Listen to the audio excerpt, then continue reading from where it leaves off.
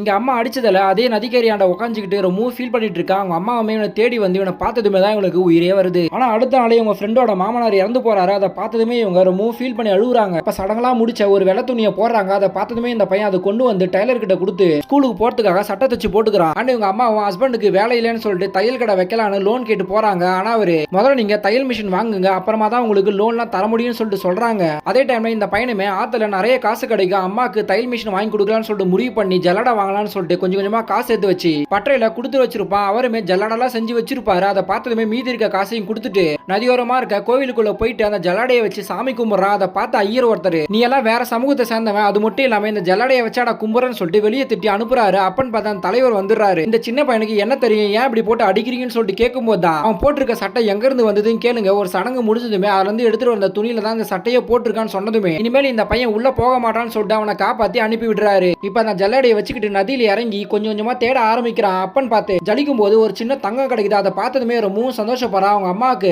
தையல் மிஷின்லாம் வாங்கி கொடுத்து ரொம்பவும் சந்தோஷப்படுறான். பார்த்தா தங்கத்தை வச்சுக்கிட்டு இவன் கனவு காணிட்டு இருப்பான். அப்பன்னு பார்த்து அந்த காசை பிடுங்கி சடங்கெல்லாம் செய்ய ஐயர் கூட ஒருத்தன் அடியாள் இருப்பான். அவன் இதை பார்த்துட்டு அந்த தங்கத்தெல்லாம் பிடிங்கிட்டு அந்த ஜல்லாடையை தூக்கி நதியிலேயே அடிச்சுட்டு அந்த பையனை தள்ளி விட்டு போயிடுறான்.